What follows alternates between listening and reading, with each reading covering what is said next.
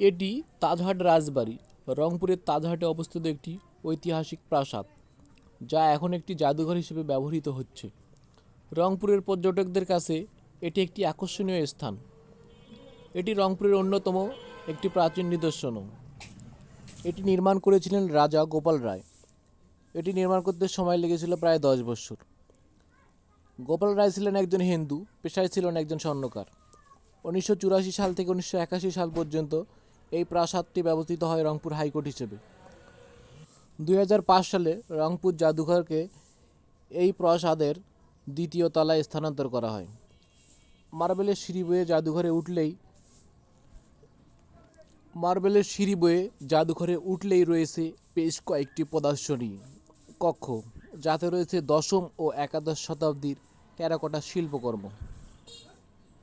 এখানে রয়েছে সংস্কৃত ও আরবি ভাষায় লেখা বেশ কিছু প্রাচীন পাণ্ডুলিপি। এখন আমি আপনাদের নিয়ে যাব প্রাসাদের ভিতরে।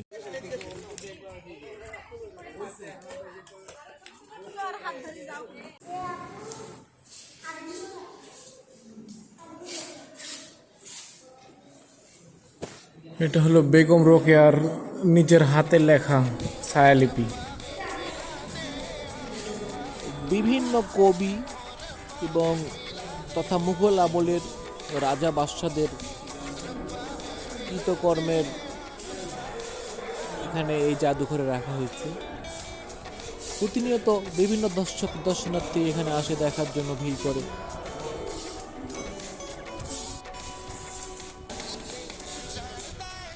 প্রাচীন মানুষের ব্যবহার্য মাটির তৈরি সকল রকমের দ্রব্য এখানে সাজিয়ে রাখা হয়েছে। প্রাচীন আমলের বিভিন্ন মূর্তি, বিভিন্ন রকমের ফলিত ভাস্কর্য।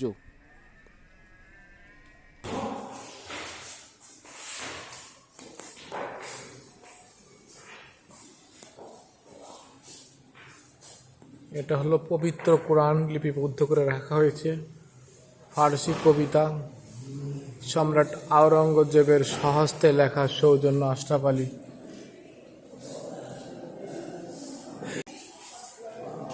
এগুলো নাকি হাতির দাঁত, এই যে হাতির দাঁত দেখতে পাচ্ছি।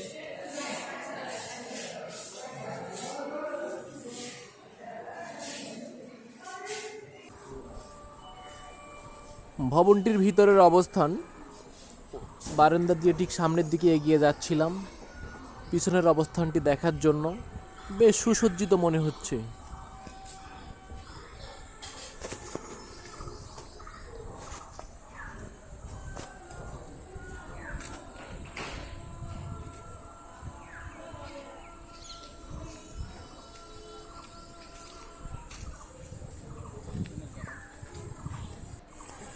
জীবনে যাহা কিছুই করো, যত কিছু উপার্জন করো না কেন, একটা সময় তোমাকে সব কিছু রেখে চলে যেতে হবে।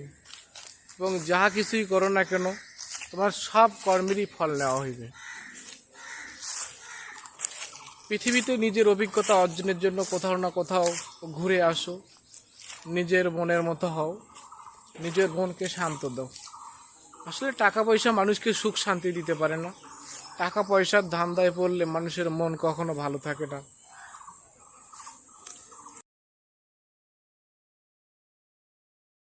কি বিশ্বাস করা যায়, প্রায় আজ থেকে 1-150 বছর আগেও এত সুন্দর একটি বাড়ি নির্মাণ করা হয়েছিল থাকার জন্য। কারুকার্যগুলো কি অসাধারণ, নৈপুণ্য দেখে আসলে মন মুগ্ধ হয়ে যায়।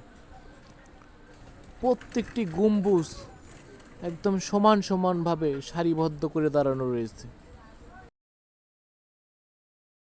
ভাবা যায় একটা সময় এই জায়গা থেকেই মানুষের জীবনমাত্রার মান নির্ধারিত হইতো।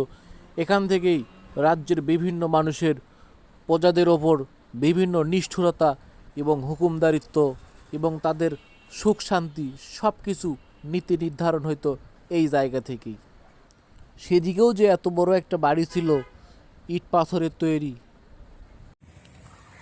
যদি কখনো রংপুর চলে আসো, তবে তাজহাট জমিদার বাড়ি না ঘুরে যেও না।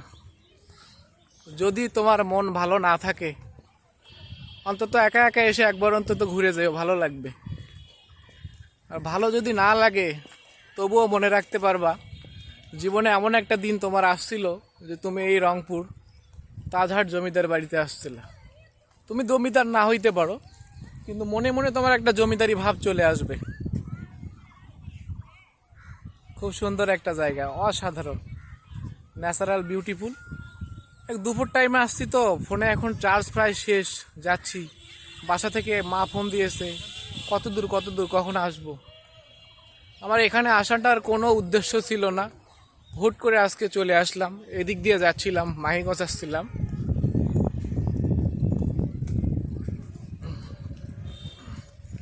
তোমারে থাকবে মোর আমরণ, যতকাল বাঁচি করিব স্মরণ। এটি হলো জমিদার বাড়ির সামনের বাগানের অবস্থান।